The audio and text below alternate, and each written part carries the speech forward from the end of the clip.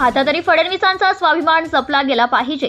स्वाभिमान बाजूला ठेवून पक्षादेश पाळणे, विरोधकांना अंगावर घेणे, मातृसंस्थेशी योग्य समन्वय साधणे, जातीय समीकरणावर विकासाच्या मुद्द्यांनी मात करणे, या सर्व आघाड्यांवर काम करत पक्षाला राज्यात न भूतो इतके यश मिळवून देणाऱ्या नेत्याला त्याला साजेशा योग्य पदावर बसवले नाही तरच नवल.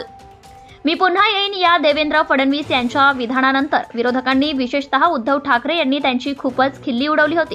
समाज माध्यमांवर अनेक मीम्स फिरू लागले. एकीकडे राष्ट्रीय अध्यक्षपद आणि दुसरीकडे राज्याचे मुख्यमंत्रीपद या विवंचनेत असलेल्या भाजपा नेतृत्वाने काही काळापुरते फडणवीस यांना मुख्यमंत्री पद देऊन त्यांचा स्वाभिमान जपावा आणि विरोधकांना उत्तर द्यावे. त्यानंतर 3 वर्षांनी 2029 लोकसभेपूर्वी फडणवीस यांचा राष्ट्रीय अध्यक्ष पदासाठी विचार करावा अशा भावना फडणवीस समर्थकांकडून व्यक्त केली जात आहे.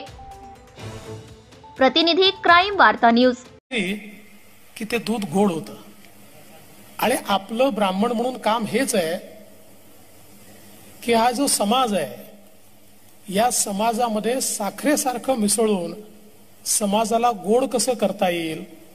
आपण 2% असू तर 98% एकत्रितपणे मिसळून 100% कसं होता येईल हा प्रयत्न आपण नेहमी केला पाहिजे.